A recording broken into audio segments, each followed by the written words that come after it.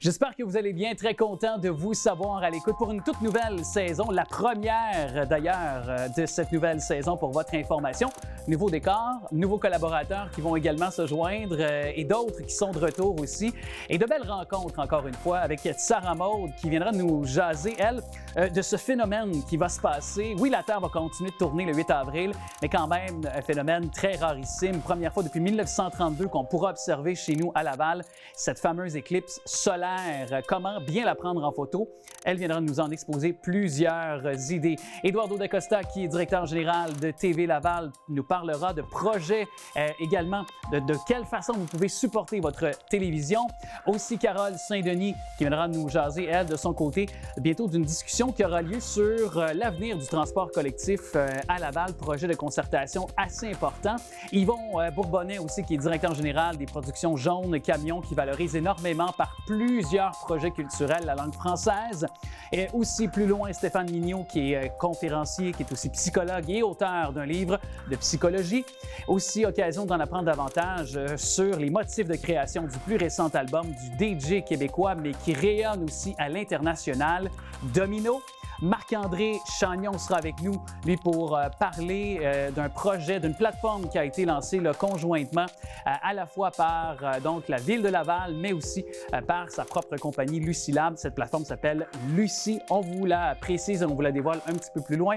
Également, opportunité de parler avec José Lapelle de Cap Laval. On discute de transport adapté sur le territoire lavallois. Et Nicolas Vincent Poirier me fait plaisir. On discute du chef-d'œuvre du cinéaste québécois Denis Villeneuve, actuellement au cinéma, d'une deuxième partie. Bonne émission.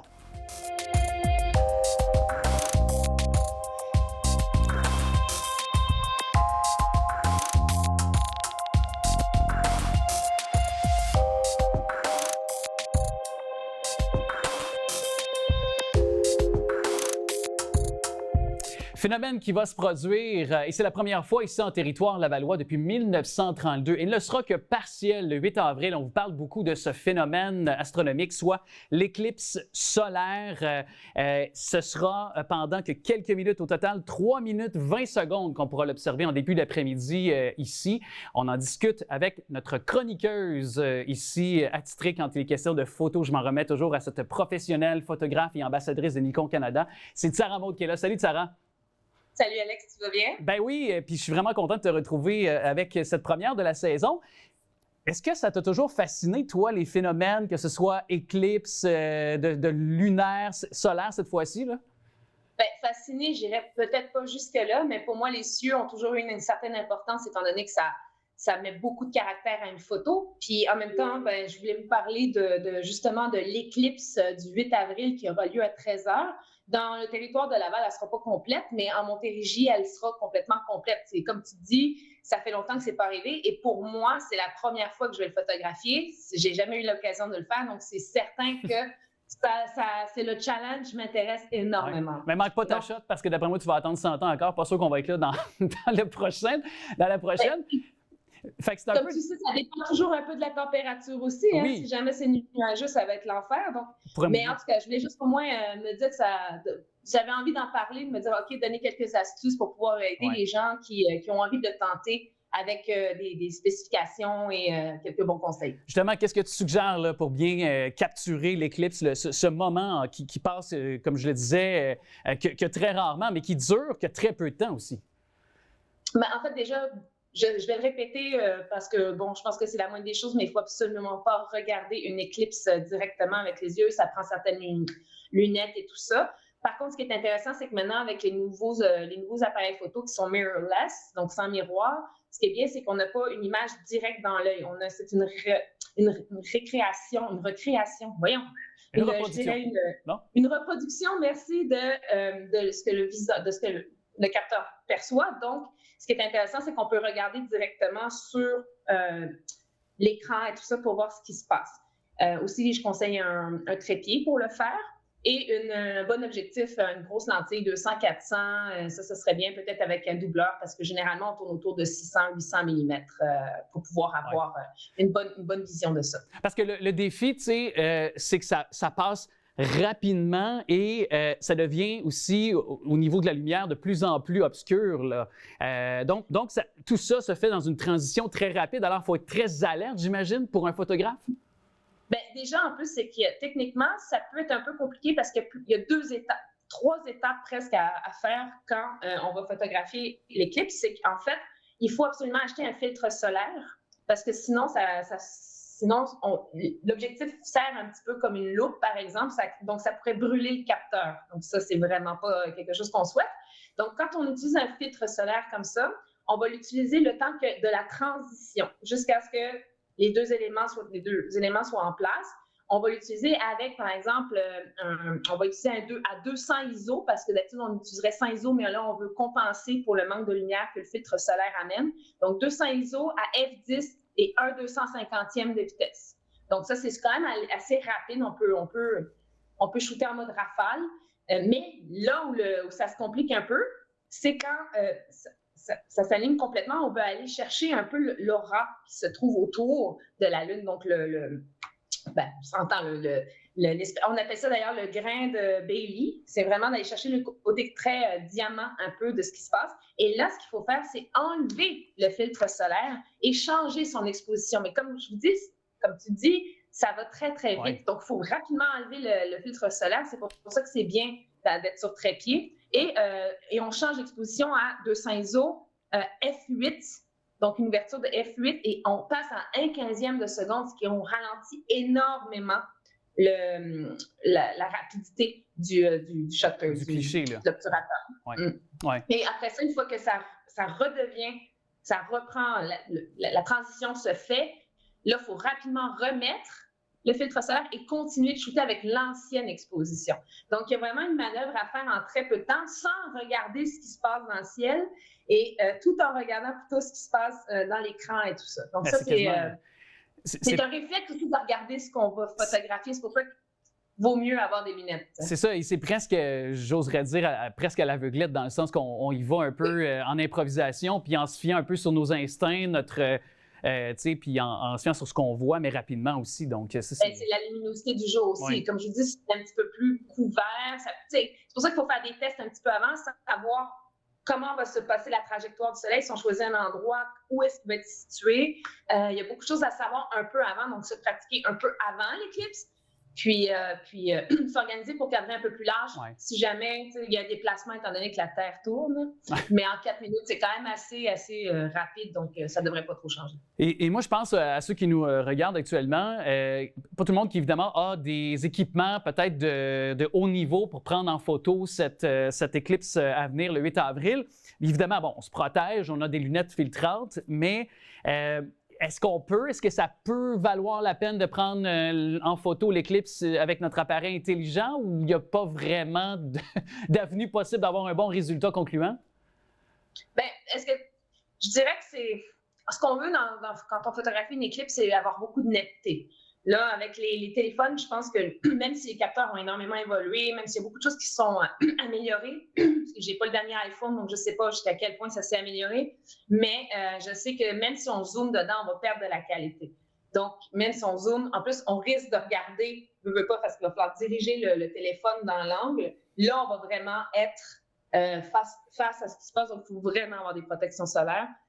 Mais sinon, je dirais que personnellement, je pense que l'idée qui me viendrait en tête pour les gens qui ont des cellulaires, c'est plutôt de se positionner dans l'idée de prendre l'éclipse dans un environnement, donc en plan large. Parce que de toute façon, vous n'obtiendrez pas la netteté que nous, les professionnels, entre guillemets, avec bien équipés ou amateurs, on aurait obtenu. Donc, le 8 avril à 13h, je dirais que pourriez choisir un bel endroit large pour faire des photos larges, faire le focus sur l'éclipse, mais laisser, parce que ça va.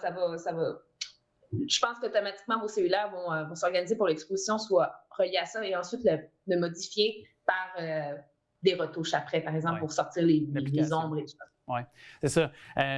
Comme on en avait discuté comme ça, dans le but de se préparer pour notre chronique d'aujourd'hui, mais peut-être de le faire dans un point surélevé, peut-être. Quoi, sommet d'une montagne, si on habite un condo, une tour à condo, par exemple, le faire sur le toit. Exactement, c'est ce que je proposais aussi, c'est qu'au lieu de le faire toujours, parce qu'on pense beaucoup à des montagnes, étant donné que la majorité des gens vont des professionnels amateurs, fans de tout ça, vont probablement se réunir plus sur des montagnes comme par exemple à Bromont, ici en Estrie. Il y a quelque chose d'organisé, particulièrement au Mont Mégantic. Là, il va y avoir énormément de monde qui vont être là. Donc, y allez pas juste pour votre cellulaire, c'est une perte de temps. Je veux dire, donc, je proposais peut-être de peut-être monter sur un toit ou d'un immeuble ou d'aller dans un endroit qui est espacé où on a une bonne vue, par exemple en montagne, oui, mais il faut savoir où, parce qu'il faut savoir où va être le soleil et si ça correspond à la vue que vous allez avoir à ce moment-là. Parce qu'il y a beaucoup d'arbres aussi en montagne. Puis ça peut boucher la vue, comme tu sais, Alex. Donc, c'est sûr que dans ce cas-là, il va falloir faire de la recherche de terrain quelques jours avant pour savoir exactement où sera le soleil à telle heure et si vous avez accès à une belle vue ouverte. Ouais. Il y a des endroits qui sont fabuleux. Je pense à Sutton aussi, le fameux sentier, le Round Top, là, que j'ai fait plus tôt cet hiver en randonnée, qui était fabuleux. Ça, ce n'est que quelques-uns des endroits qu'on a au Québec. Puis bien sûr, chez nous, sur le territoire Lavallois, il y a le Cosmodome qu'on a dans notre cours. Il y aura des événements à portée scientifique pour vulgariser pour toute la famille qui sont là. C'est gratuit. On prête même des lunettes, même si, bon, on aura, je le dis à nouveau, mais c'est partiel, cette éclipse solaire sur le territoire Lavallois. Quand même, c'est à côté de chez nous, c'est gratuit. Puis on vous prête des lunettes alors pour vous protéger des yeux. Vous avez tous les détails sur les plateformes du Cosmodome chez nous. Merci beaucoup, Sarah. Puis on va regarder ce phénomène. On saura peut-être s'en reparler, même si tu veux nous apporter des photos de cet événement dans une future chronique. J'aimerais savoir ce que tu étais capable d'extirper. Évidemment, tu vas vouloir le voir, mais comme je te dis, ça dépend. Si ça se trouve, si c'est nuageux, ben il ne se passera rien du tout. Et c'est un peu ça qui est un peu... dommage parce qu'on est tributaire de la température, mais bienvenue dans le monde de la photographie. Ouais. Très bientôt. Bye. À bientôt, Alex. Salut.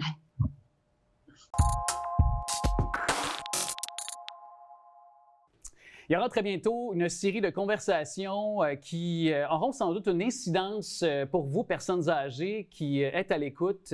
On en parle tout de suite d'ailleurs avec Carole Saint-Louis, qui est directrice générale, table régionale de concertation des aînés de Laval. On pourra se tutoyer parce que quand même, c'est pas la première fois qu'on l'accueille ici à l'émission. Salut, Carole. Bonjour, Alexandre, merci. Merci d'être avec nous. On va statuer sur quelque chose d'emblée, là. Troisième âge d'or. Là, qu'est-ce qu'il faut dire dans votre lexique? Puis, c'est à quel âge une personne âgée? Non, mais parce que j'ai comme l'impression que, tu sais, mon père a 70 ans, a sa business, il est encore actif. Il me semble que notre façon de voir les personnes âgées a tellement changé, évolué. Depuis tu commences avec la question qui tue? Oui, c'est ça. On commence fort. Écoute, c'est dans la tête que ça se passe, là, entre toi et moi, là, vraiment, là, parce que la définition d'une personne aînée, ça commence à quel âge? Écoute, il y a des organismes pour aînés dont le membership commence à 50 ans. Donc, on peut dire que la clientèle aînée peut être à partir de 50 ans et plus. Mais je pense que c'est surtout lié à ce qu'on peut recevoir comme prestations. Si on dit à 65 ans, il y a des prestations qui entrent, il y en a d'autres à 70, à 75. Donc, c'est ce qui fait qu'il y a des catégories d'âge qui définissent peut-être la clientèle aînée, mais entre toi et moi, c'est une question d'état physique et psychologique plus qu'autre chose. Mon père a 94 ans, puis encore une jeunesse. Il ne se définit pas comme une personne aînée nécessairement. Je confirme. Moi, Léopold aussi, mon grand-père qui est encore aussi, fait encore son 20 minutes de tapis par jour. Voilà. Non, mais tu sais, c'est ça. Et utilise Facebook. Puis en même temps, c'est parce que plus jamais, je pense qu'on a besoin de nos personnes âgées. On leur demande de revenir au boulot. C'est la preuve. Là. On veut aller chercher cette sagesse et cette expérience-là aussi. Bien, puis il n'y a rien de péjoratif ou de négatif à vieillir. Au contraire, c'est de l'expérience, c'est de l'acquis. C'est une meilleure, on est mieux dans notre peau, on sait où on s'en va, on sait ce qu'on veut, on sait ce qu'on veut pas. Donc, c'est juste du bonbon finalement, mais il faut être reconnaissant aussi par rapport à ces personnes-là. Ouais, totalement. Ils ont beaucoup apporté. Qu'on en ait 58, qu'on en ait 66, qu'on en ait 72 ou qu'on en ait 94 comme ton père, c'est quoi le mandat de la table de concertation des aînés? Oui, ça mange quoi en hiver? Oui, c'est ça, exactement. Parce qu'on est peut-être un petit peu moins connu de la population comme telle, mais beaucoup plus auprès de nos partenaires comme la Ville, le CIS, les organismes de la région. En fait, on est un organisme régional.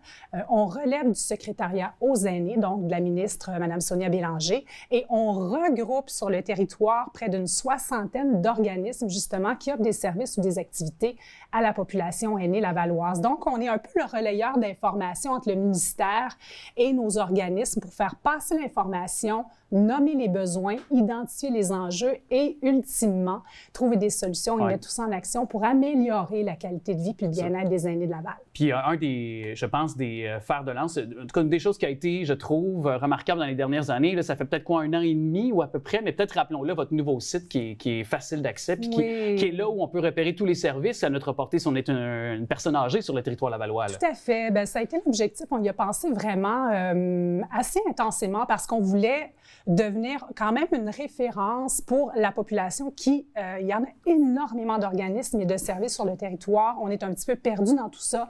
Donc, si vous allez sur le site de la table de concertation, vous les retrouvez non seulement en liste, mais par catégorie. Donc, si vous avez un besoin de connaître les organismes communautaires, les centres communautaires, les organismes qui travaillent en défense de droits, les regroupements de loisirs, de transport, d'accompagnement, de services psychosociaux, c'est plus facile de s'y retrouver en naviguant sur notre site. Ouais. Tout à fait. Tu parlais de transport, justement. Ça ouvre la porte à ma prochaine question parce que là, il y a une grande concertation régionale aussi qui aura lieu prochainement sur le transport collectif. Là. Oui, tout à fait. C'est un enjeu qu'on avait déjà identifié. On a fait des concertations, Alexandre, entre autres, sur des thèmes comme le logement, le soutien à domicile, le bénévolat. D'ailleurs, c'est sur notre site Web également, le résumé de ces rencontres-là.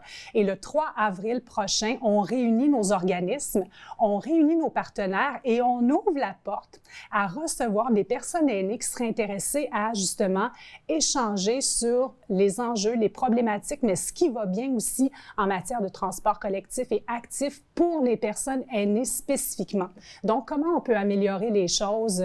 Qu'est-ce qui est plus difficile? Qu'est-ce qui pourrait être bonifié? Donc, on veut se regrouper pendant une journée, en discuter, puis trouver des solutions à ces enjeux-là. C'est donc l'accessibilité, peut-être, est-ce que ça pourrait être aussi peut-être de développer d'autres points de chute, c'est-à-dire pour aller chercher les gens sur le terrain, tu sais, lorsqu'on est en transport collectif, par exemple, il y a peut-être des endroits qui sont moins bien desservis selon certains quartiers ou arrondissements. Est-ce que ça pourrait être ça, par exemple, qui pourrait être envisagé dans les discussions? Là? Bien, vois-tu, pour la première fois, on a fait un sondage terrain. On a mobilisé nos stagiaires de l'UQAM qu'on a la chance d'avoir jusqu'à la fin avril avec nous.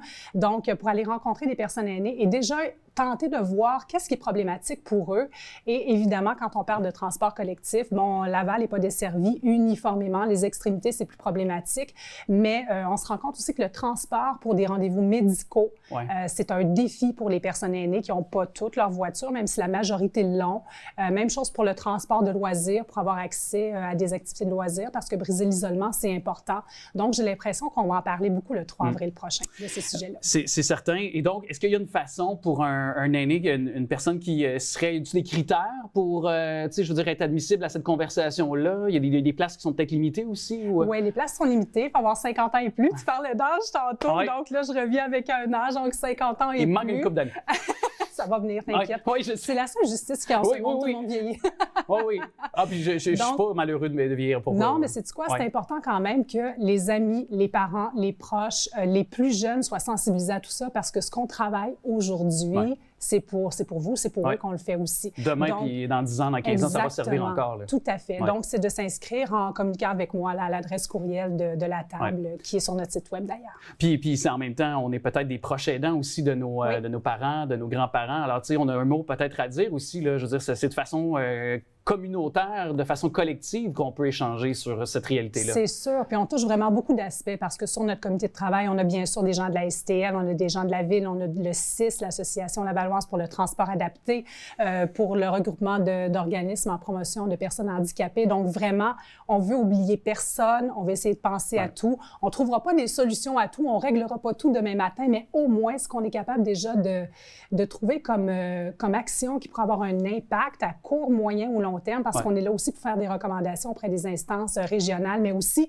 un petit peu plus haut, provincial, parfois fédéral quand ça s'y prête. Alors, c'est là où c'est utile et pratique de se mobiliser puis de se concerter à ce niveau-là. Mais surtout que, bon, on le voit, la population de l'île Jésus, ici, je veux dire, c'est un grand territoire, la population qui continue de grandir, puis la population qui est vieillissante. Alors, tout ça, c'est des trucs de base, je veux dire, qui ne vont que continuer dans l'espace-temps aussi à venir à être des enjeux. Puis j'ai envie de finir sur une note peut-être un petit peu plus humaine avec toi, Carole, parce que est-ce que nos personnes âgées vont mieux qu'il y a quelques années? Et quand je parle d'années, je parle de 2020-2021, quand on a beaucoup parlé de nos personnes âgées, mais de gens qui sont peut-être en détresse, qui sont seuls, qui sont isolés, qui ont vécu des choses peut-être négatives par rapport à la pandémie. Est-ce que là, plusieurs années plus tard, là, on semble pour la plupart l'économie, même si bon, c'est encore... ça peut peut-être vaciller à certains endroits, mais je sais que dans plusieurs champs, ça va mieux de notre société. Est-ce que nos personnes âgées vont quand même mieux? Est-ce qu'on peut être positif? Oui, bien, je pense qu'on peut être positif parce qu'on a énormément de services pour les accompagner, pour les aider en cas de besoin dans différentes catégories de problématiques, si on veut. Par contre, évidemment, la pandémie a eu un impact majeur. Ça soulever et amener d'autres problématiques, l'isolement, des pertes cognitives et tout ça. Par contre, je dirais qu'il y a des choses qui s'améliorent et se sont intéressés davantage à la technologie. Ça fait qu'ils sont mieux informés. On tente aussi de les garder actifs le plus possible en présentant énormément d'activités à ce niveau-là. Par contre, il y a d'autres problématiques qui surviennent. On voit de plus en plus d'itinérance auprès des personnes aînées en raison, entre autres, du coût de la vie qui est élevé à tous les niveaux, le logement, l'alimentation. Donc, il y a des personnes qui se retrouvent à la rue qui sont 50, 60 ans, puis qu'on n'aurait pas pu prédire ou prévoir ça. Donc, c'est une mouvance constante. Donc, autant il y a des choses qui s'améliorent, il y a des nouveaux services qui sont mis en place, mais autant il y a d'autres problématiques qui surviennent, mais il ne faut pas être négatif, au contraire. Là. mais ça nous ramène quand même à l'esprit. C'est une réalité, puis il faut quand même continuer le combat, il faut quand même continuer à toujours prendre conscience que nos aînés, il faut en prendre soin, ne pas les infantiliser et certainement les valoriser dans notre communauté lavalloise. Oui, puis sensibiliser les jeunes aussi à créer des liens intergénérationnels, créer des ponts s'impliquer, être près d'eux, puis justement être avec eux dans le quotidien aussi dans la mesure du possible. Si bien dit. Alors, toutes les façons de pouvoir correspondre et de peut-être avoir de l'information sur cette concertation régionale sur le transport collectif, c'est au bas de l'écran. Madame Carole Sénédenis, merci beaucoup d'être passée. Évidemment, je rappelle que vous êtes directrice de la table régionale de concertation des aînés de Laval. Merci à vous. Merci Alexandre, toujours un plaisir. Merci beaucoup. Oui, merci.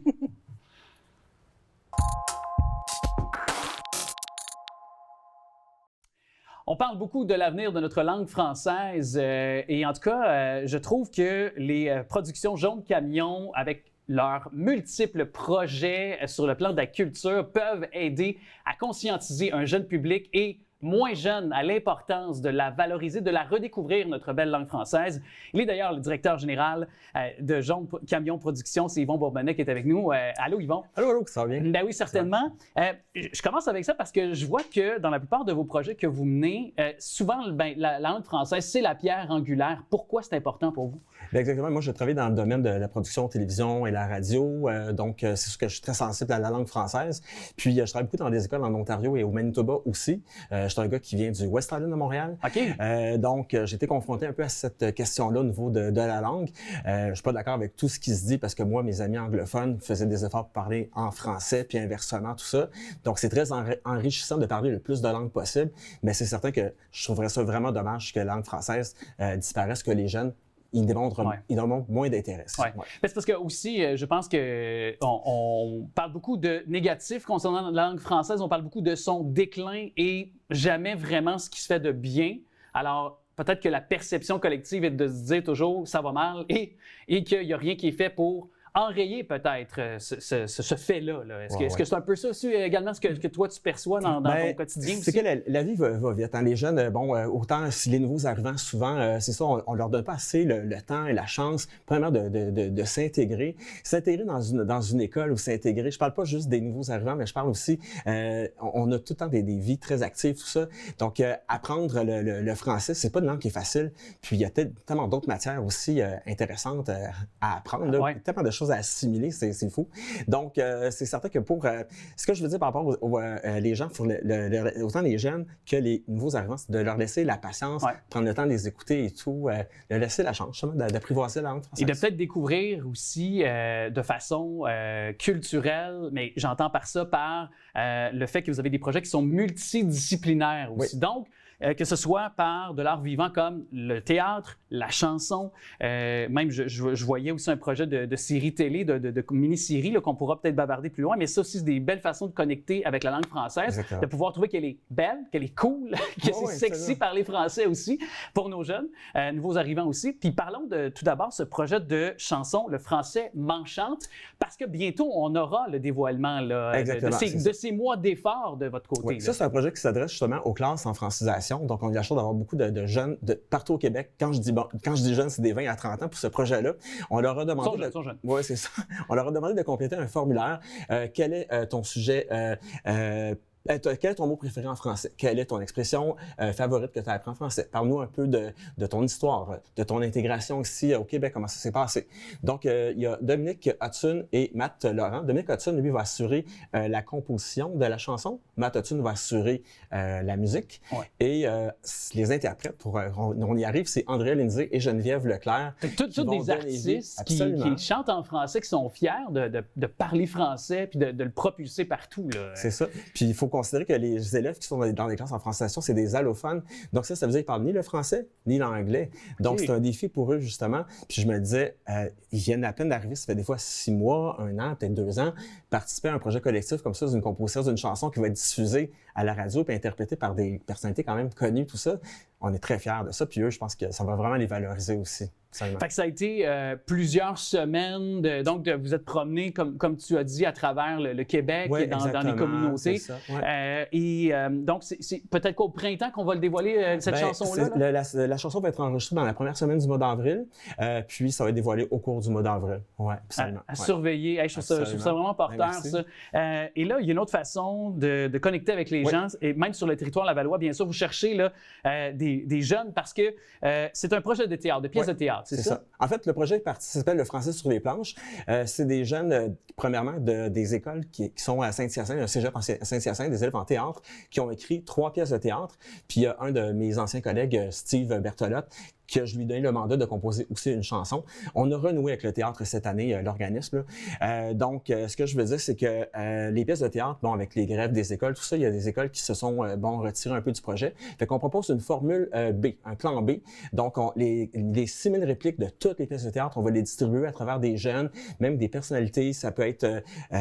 on invite tout le monde, finalement, ceux qui veulent donner vie à une des répliques, peut-être à plusieurs des répliques. Okay. Nous, on va faire des montages vidéo avec ça. On demande de se filmer. On leur donne une réplique, puis ils vont se filmer. Puis ça, ces répliques-là, c'est de ces histoires qui ont été écrites, de ces pièces qui ont été écrites, dont Steve Bertolotte. Exactement, c'est ça. Puis le contexte de chacune des histoires, c'est que c'est des jeunes qui découvrent un moyen de voyager dans le temps, puis ils vont découvrir justement plusieurs personnalités qui ont défendu, qui se sont, comment je peux dire, qui ont fait des efforts pour sauver la langue française à travers l'histoire. Okay. Puis c'est un voyage à travers l'histoire et la langue française. Puis c'est ça, c'est... Belle façon de connaître aussi le Québec, le patrimoine québécois, les premiers pionniers, les bâtisseurs, ceux qui ont façonné notre histoire et qui font qu'on parle encore français de nos jours. Là. Ouais. Fait que c'est vraiment une œuvre utile. Faire œuvre utile, c'est là qu'on voit... C'est ça. S'il y a des gens qui nous entendent puis que, disons, que c'est la direction de leur école ou leur prof ne veut pas participer, bien, ils peuvent participer en tant que citoyens, aucun problème. C'est que ce soit à travers une école ou... Il y a une famille qui nous écoute, là. Une famille, c'est ça, exactement. On peut l'ouvrir à des élèves de 5e, 6e année, même petit primaire.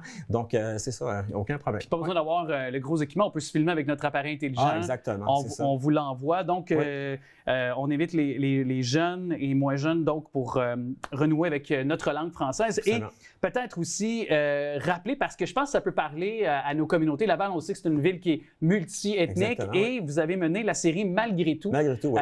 Parlez-nous de ça. Ouais. Ça, c'est une belle aventure. En fait, c'est qu'à Montréal, les arrondissements, des fois, ils ne se voisinent pas d'un arrondissement à l'autre. Des fois, ils peuvent avoir des préjugés versus un autre arrondissement. On entend dire ceci, on pense cela, tout. On voulait briser ça. Puis on voulait aussi contrer la violence, contrer... le racisme, peut-être, la discrimination. C'est ça, ouvrir sur la différence, tout ça, pour créer un Montréal inclusif, tout ça. Donc, la série, en fait, les personnages principaux s'appellent Adam et Ève. C'est volontaire parce qu'on se dit que souvent, la religion peut être à la base d'un problème de communication ou d'interprétation ou de méconnaissance des autres. On parle pas du tout de religion, mais nos personnages, curieusement, portent des prénoms recueillis au domaine de religion. Mais c'est ça va être près, ça, autour de peut-être au mois de mai, cette série-là. On travaille très, très fort sur ça. Ouais. Donc, série vidéo. Oui. OK, donc on peut penser quelques minutes. Là, faites part pour les jeunes. Donc, même la production de l'envers, c'est-à-dire la caméra, le son, l'image, c'est fait par des jeunes. C'est tous des jeunes de 15 à, disons, 22 ans qui ont participé à cette production-là. Fait qu'on est très fiers. Malgré tout. Intéressant. Exactement. Les façons de pouvoir, entre autres, là, si on veut se filmer, acheminer une réplique, y avoir accès aussi, c'est sur vos plateformes. Oui, c'est ça. Je pense que le plus simple, c'est jaunecamion.com. C'est notre site web. C'est par là que tout passe pour le site web des projets. Des projets respectifs. Effectivement, c'est ça. Alors, puis pouvoir l'aboutissement de ce projet qui est le français m'enchante. Merci beaucoup, Yvon Bourbonnais, et bravo d'ouvrir le français à des nouveaux arrivants, justement, puis de pouvoir faire de notre Québec encore cette richesse, mais par l'entremise de notre langue française. Et merci à toi de nous avoir invités. Ça fait grand plaisir. Merci beaucoup. Merci beaucoup.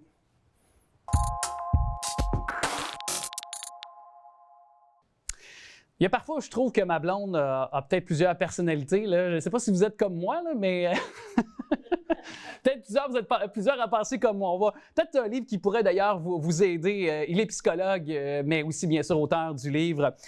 Donc, Sois sympathique, comment communiquer avec les 16 types de personnalités. Stéphane Minou qui est avec nous. Salut, bonjour. Bonjour, M. Trudel. Content de vous accueillir. Je faisais un peu la blague, mais quand même, des fois, on a l'impression qu'il y a des gens qui ont plusieurs types de personnalités. Comment vous en êtes venu à établir qu'il y en a 16 types de personnalités? Puis quelles sont-elles, ces 16 types-là? Oui, en fait, c'est pas moi qui ai déterminé ça. En fait, ça vient de la théorie des types psychologiques. En fait, ces 16 types-là, je vous explique d'où est-ce que ça vient. Dans cette approche-là, on postule qu'il y a 4 dimensions dans la personnalité. D'abord, la direction de l'attention. Alors, on a des gens qui sont introvertis, d'autres qui sont extravertis. Et on a une préférence pour l'un ou pour l'autre. Ensuite, l'autre dimension, c'est comment on perçoit. Donc, perçoit par les 5 sens ou de façon globale intuitive. Alors, on a des sensoriels, puis on a des intuitifs. Les sensoriels, ils voient les arbres. Les intuitifs voient, eux autres, une forêt. Ensuite, comment on prend des décisions? Est-ce que c'est plus thinking ou feeling? Donc, est-ce que c'est plus la tête ou le cœur? Alors, on a chacun notre préférence pour un pôle ou l'autre. C'est pas qu'on n'est pas capable de l'un ou l'autre, mais on a une préférence pour l'un ou pour l'autre. Puis la dernière dimension, c'est le style de vie. Est-ce qu'on a une vie qui est planifiée, organisée, structurée, ou on aime suivre le flow, s'adapter aux circonstances, improviser? Alors, on a une préférence pour un ou pour l'autre. Fait que quand on regarde notre préférence sur ces 4 dimensions-là, ça nous donne le type. OK, on a comme 4 préférences, ça donne le type, mais il y a 16 combinaisons possibles. C'est pour ça les fameux 16 types. Et est-ce que pour vous, parce que j'imagine que vous y allez d'éléments personnels dans le livre, vous y allez d'anecdotes, d'histoires, est-ce que vous êtes parti aussi de la personne que vous êtes, évidemment de ce que vous avez vécu, pour pouvoir aussi y aller de façon plus précise, plus concrètement de certaines situations? Exact. Dans le fond, pour faire comprendre aux gens les 4 dimensions et les préférences, il y a 4 mises en situation avec un total de 8 personnages, donc 2 personnages par dimension. Évidemment, quand je décris un introverti, je m'inspire à la fois de clients, de choses qui m'ont été racontées. Je peux m'inspirer de moi-même parce que je suis un introverti. Alors, je m'inspire un peu de moi-même. Donc, je me suis inspiré de beaucoup de choses, des clients que j'ai eus. Même chose pour les extravertis. Puis, donc, pour tous ces personnages-là, c'est inspiré de la vie personnelle, professionnelle, des anecdotes qui m'ont été racontées pour faire des personnages qui sont représentatifs. Et il faut quand même aussi spécifier que tout ça peut quand on est à la lecture de votre livre, ce que je constatais, c'est qu'on peut quand même venir interagir. Ça peut apporter, dans le fond, des bénéfices positifs dans toutes sortes de réalités de notre vie, c'est-à-dire sur le plan personnel et professionnel aussi, là, pour éviter certaines situations conflictuelles aussi. Tout à fait. En fait, d'être différent, on peut voir ça comme un enrichissement. Si on travaille en équipe, on peut avoir des façons de voir les choses différentes avec un angle, un regard différent. Et ça vaut la peine d'écouter les points de vue différents, de prendre le temps de se comprendre. Puis Isabelle Myers, qui a écrit un livre, entre autres, sur la théorie des types psychologiques, disait « On ne peut pas apprécier le point de vue d'autrui si on ne l'a pas d'abord compris ». Ouais. Ça peut être un enrichissement dans un travail en équipe, mais aussi dans les couples. Je ne sais pas si vous avez remarqué, mais dans les couples, souvent, pas toujours, il y a toutes sortes de combinaisons, mais on voit souvent des opposés, des contraires. On dirait que, on dit les contraires s'attirent. On dirait qu'il y a quand même un fond de vérité. On va voir un extraverti avec une personne introvertie, quelqu'un qui est plus thinking avec une personne plus feeling. Et il y a comme à la fois cette attraction-là de la différence et cet enrichissement-là. Ah, mais je peux vous dire que dans certaines situations, ça attire pas. Non, ça peut créer des frictions. Ouais. C'est ça. Non, mais je comprends.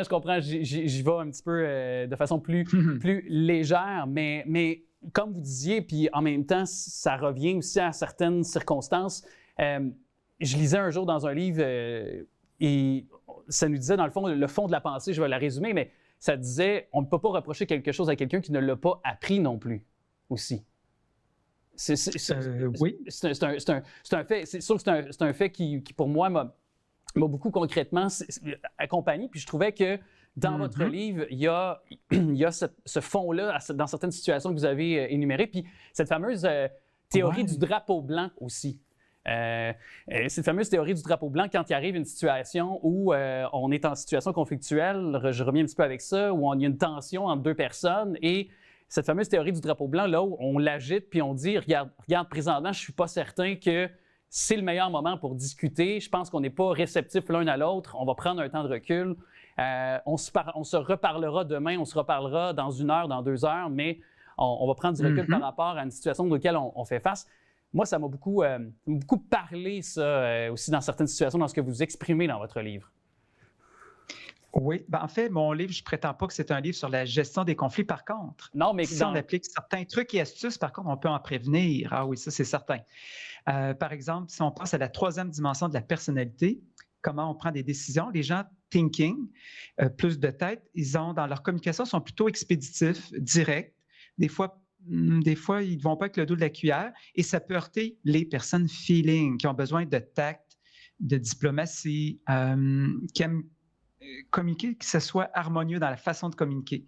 Mais là, si on est thinking, on se voit aller, OK, ouais, moi je suis thinking, je regarde ça, comment je communique par courriel, par téléphone, bien, je peux apprendre à faire preuve un petit peu plus de tact et de diplomatie, ce qui fait que ça va limiter les frictions avec la personne qui est plus feeling et elle va apprécier davantage nos interactions avec nous. Oui, d'être sympathique. Tout à fait. Elle va nous trouver plus sympathique. C'est un peu ça le but, c'est un peu ça l'esprit. Pourquoi sympathique? C'est que si on arrive à s'adapter à une personne qui est différente de nous, sur une ou plusieurs dimensions de la personnalité, ça va être plus fluide et elle risque de nous trouver beaucoup plus sympathique. Oui. Est-ce que par votre... Puis je fais peut-être un petit peu... Je dérive peut-être un peu de notre conversation initiale avec vous, M. Mignot, mais est-ce que vous le voyez de façon, depuis quelques années, tangible sur les réseaux sociaux? C'est un exemple du quotidien. On les utilise, ces plateformes, pour s'exprimer, pour avoir des échanges avec des personnes qui parfois sont d'un extrême à l'autre, auquel on est opposé. On le voit, là. C'est très facile, c'est au bout de nos doigts. Est-ce que vous voyez que ça a accentué, ça a apporté des dommages collatéraux davantage? Est-ce que vous voyez aussi qu'il y a davantage de... Parce qu'on parle beaucoup de rapprochement, mais est-ce que ça a causé plus de dommages qui fait qu'ils sont irréconciliables, selon vous? En fait, moi, ce que je peux que souhaiter, c'est qu'il y ait plus de civilité et de civisme sur les réseaux sociaux, qu'on puisse exprimer nos points de vue de façon constructive, donc débattre d'idées, mais sans attaquer les personnes. Oui, c'est certain. En tout cas, je pense que c'est un ouvrage qui peut nous ouvrir à une autre réalité, à quelqu'un qui est différent. Vous l'avez si bien dit. Alors, j'invite les gens à se le procurer. Puis merci beaucoup d'être passé à notre émission. Alors, quand même, très intéressant. Soit sympathique, comment communiquer avec les 16 types de personnalités. Merci beaucoup, Stéphane Mignot, d'être passé à notre émission. C'est moi qui vous remercie.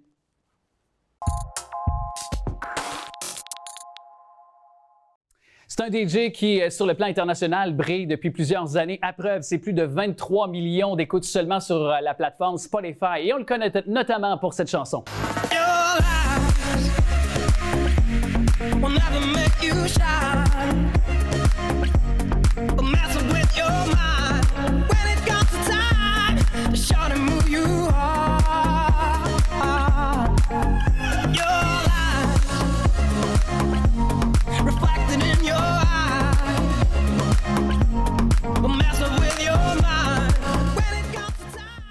Alors, on vient d'entendre Lies du DJ Domino qui vient tout juste de rendre disponible son album Maestro. Salut Domino! Comment ça va? Ah ben, ça va super bien. Content d'être là. Vraiment, moi aussi, autant à la télé qu'à la radio, je te fais spinner depuis de nombreuses années. J'apprécie énormément le sport. Les DJ, on en a besoin. C'est nouveau un peu ce qu'on fait au Québec. On va en jaser, c'est dans mon plan de match, mais par contre, je le disais, ça fait plusieurs années, il y a eu Lies, il y a eu d'autres extraits radio qui ont énormément bourdonné. Actuellement, c'est Lala avec justement Ellie Rose, qui est un des hits radio aussi du moment. Ma studio crush de l'album. Ah ouais, ben en tout cas, c'est un beau résultat. On pourra l'entendre plus loin certainement dans l'entrevue, mais pourquoi avoir pris autant de temps à faire un album, j'oserais dire, parce que le succès était là. Écoute, sur toutes les tribunes? Parce que honnêtement, en tant que DJ, je trouve qu'il faut que je travaille 3 fois plus fort qu'un artiste ou interprète régulier, juste au niveau 1, la musique dance, pour moi, c'est le genre de musique qui évolue le plus rapidement au monde. Tu sais, je te donne un exemple, une chanson folk, ça reste quand même guitare-voix. Ça vieillit pas nécessairement. Mais en musique électronique, les sons, ils changent très rapidement.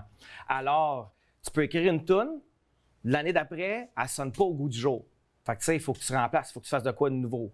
Fait que ça, c'est une affaire. Deuxièmement, quand tu travailles avec plein de collaborateurs, tous ces collaborateurs-là, ils ont des carrières, ils ont des cédules. Fait que logistiquement, C'est dur. c'est incroyable comment c'est difficile, mais je suis content qu'on est venu finalement à un résultat. Mais c'est pour ça la raison pourquoi ça a pris un peu de temps. Tu sais.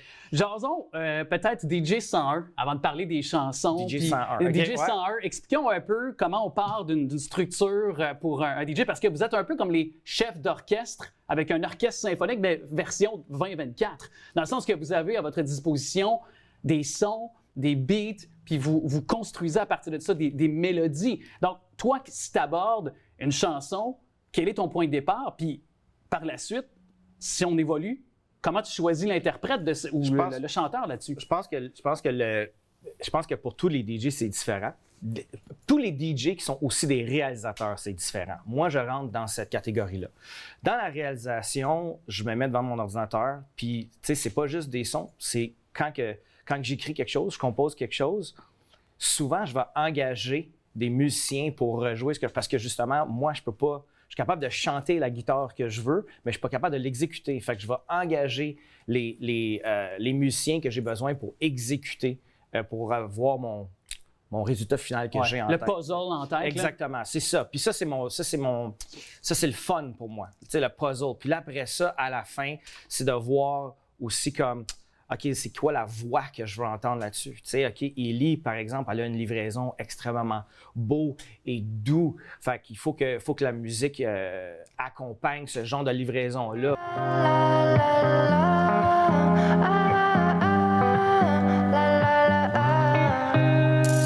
Hier, j'ai pris le premier avion. Je préfère l'été à la neige, aller simple au bord de la mer. Ouais, tu sais, imposte un rapper, faut que ça soit plus hard, faut que ça frappe plus fort. Fait que tu sais, ça aussi, ça fait partie du puzzle que j'adore. Tu sais, imaginer, peut-être Exactement. bidouiller, comme on dit. Exactement. Est-ce que tu imagines même la personne qui va danser sur le plancher de danse ultimement quand tu composes ta chanson? Parce que c'est une question un peu de feeling aussi quand on rit des fois avec ça, mais je sais quand même. Là. C'est 100% ça. Tu sais, c'est 100% ça. C'est aussi à qui je vais parler. Tu sais, je fais une chanson avec Corneille, disons, c'est sûr que je vais pas faire quelque chose à 135 BPM, que c'est fait pour un festival de jeunes qui veulent sauter. Ouais. Exactement, tu sais. C'est amener le monde R&B pop, puis la voix est fantastique de Corneille dans mon monde de musique électronique, tu sais. Fait que ça fait un peu partie de... Il faut que je pense à c'est quoi le résultat final un peu, tu sais. Yeah. La roue se dessine. Je cherche toujours mon chemin. Hey. Ma vie a mauvaise mine, mais je n'avance jamais en vain. Hey. Et je passe et je repasse, je reviens toujours là d'où je viens. Seulement les gens passent et toi comme moi tu cherches. Surtout qu'au Québec, on n'a pas, comparativement à l'Allemagne ou d'autres pays d'Europe, on n'a pas un historique très long. Tu sais, je pense que les gens ont peut-être juste DJ dans le dénoyer en termes de référence. Non, mais je dis ça à la blague, mais c'est pour vrai. C'est pas une blague. C'est pas que c'est nouveau, c'est juste que le DJ réalisateur a évolué. Tu sais, on connaît Dan plus en tant que Dan ou Mario ou donc, Michel Simon, tous ces vieux DJ qui sans eux, moi, j'existe pas. Tu sais. Par contre, c'était, encore une fois, c'était pas tous nécessairement des compositeurs ou des réalisateurs. C'était des gars qui faisaient des compilations puis ils vendaient leurs compiles. C'était un autre business, c'était un autre modèle d'affaires. Exactement. Tu sais, c'est comme, par contre, sans leur parcours, ben mon parcours, il n'existe pas non plus, tu sais. Fait que moi, je fais juste rentrer dans cette niche de DJ réalisateur qui est relativement nouveau en français au Québec. Mais est-ce que tu vois un peu comme un ambassadeur, par contre, de ce courant-là en français au Québec? Parce que tu es un de ceux qui se démarque le plus. J'évoquais, tu sais, juste les chiffres sont là pour le prouver. C'est plus de 23 millions seulement que sur Spotify, là. Écoute, honnêtement, j'ai jamais j'ai jamais fait ça en pensant que j'allais l'être, mais on dirait que je suis devenu par défaut. Puis j'avoue que ça me dérange pas. Ça me dérange pas. Aussitôt que j'ai commencé à voir que c'est comme ça que le monde me voyait, ça me faisait plaisir de prendre cette place-là puis être la face un peu là de ça. Si je suis capable de justement ouvrir des portes pour le monde qui ont envie de faire ça, ben je vais les ouvrir le plus large que je peux. Ouais. Puis c'est une réalité maintenant avec les plateformes, avec toutes les plateformes numériques qu'il y a pour se faire écouter. Y a-tu pour toi, je parlais des chiffres tantôt, mais ça c'est mondial, donc il y a sûrement des gens qui te connaissent un peu partout. As-tu des témoignages de gens où genre super loin, quelqu'un qui t'a écrit, qui t'a dit qu'il tripait sur une chanson, qui t'a étonné, qui t'a surpris? As-tu un exemple qui te vient en tête? C'est plus la reconnaissance, je dirais, est différente. C'est bizarre comme que je peux aller, disons, à Amsterdam puis je signe des autographes. C'est bizarre. Puis je suis comme, ici? Comme je comprends pas. C'est comme, par contre, Amsterdam, la Hollande, c'est un des capitales de la musique électronique au monde. Fait que c'est plus des choses comme ça que c'est bizarre que, je peux aller au Mexique puis, marcher au bord de la plage puis entendre mes chansons au Mexique. C'est weird, c'est cool. Fait que je dirais que c'est plus ça qui marque plus que d'autres choses. Il y a certainement des chansons que les gens connaissent. On entendait tantôt Lies, Afterglow, qu'en est une autre, un titre radio qui a marché. Mais là-dessus, tu as des collabos avec King & Street. Ouais. Que moi, j'adore. Que moi, j'adore, autant pour la chanson, mais que j'adore comme projet. Ouais, hyper talentueux. Parle-moi un petit peu des collaborations sur le disque, parce que moi, j'ai adoré King & Street. Tu as parlé de Corneille. Parle-moi un peu de ces collabos-là. Y en a-t-il une pour toi qui est peut-être coup de cœur sur ce disque Maestro? Non, ils sont trop spéciales. Ils sont trop spéciales parce que j'ai fait des rencontres incroyables. La chanson Pour tout oublier avec Marius Pré.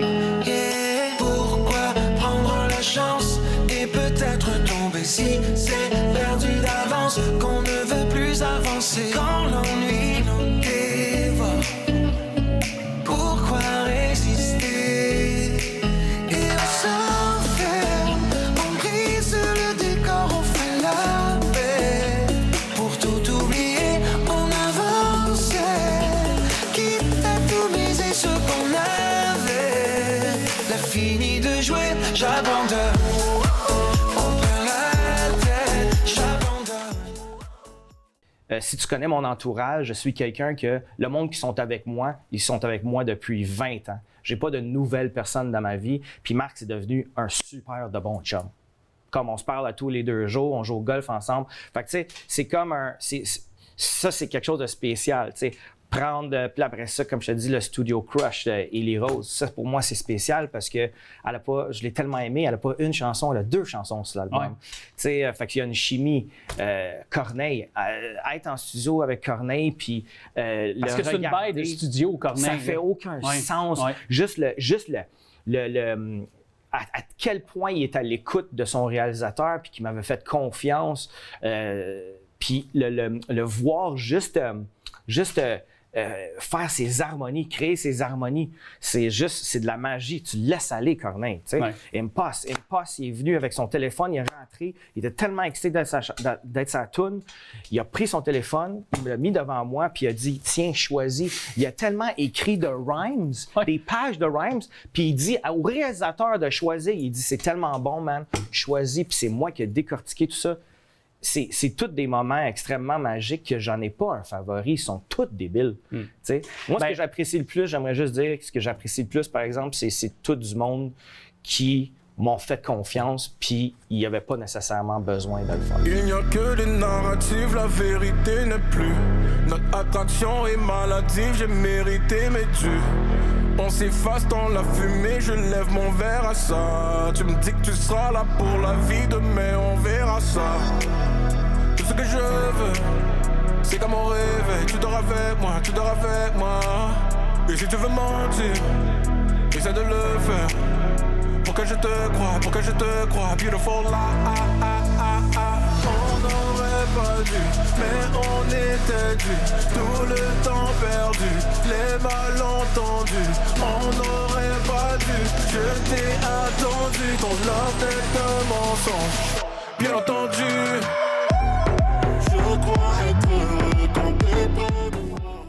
On t'entend partout. Est-ce qu'on peut te voir avec ce nouvel album? Est-ce que tu as des projets de spectacle? Est-ce qu'il y a quelque chose là, qui s'en vient? Là? 100%, c'est sûr. Toutes mes dates de tournée vont être annoncées au début du mois d'avril pour l'été au complet. Les festivals qui s'en viennent. Les festivals, c'est ça exactement. Je me promène beaucoup. Puis aussi, à la fin de l'été aussi, il va y avoir les dates à l'international. Je sais que c'est pas nécessairement pour le Québec. Ben non, mais c'est digne de mention. Là. Je vais être au Miami Music Conference à la fin du mois de mars. Je viens juste de jouer à Miami pour le Cirque du Soleil, pour le lancement du show Echo qui est présentement en résidence là-bas.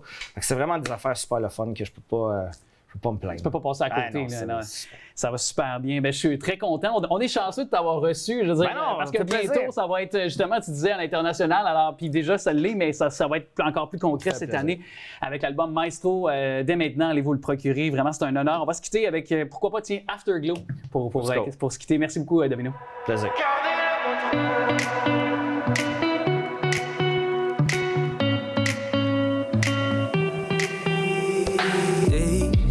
Have gone by, and I'm still thinking of us. No, I didn't get enough, and I find my mind wandering in and out of space where it's only you and me. Un million de fois j'ai rêvé de nous deux. Oh, quelle étoile!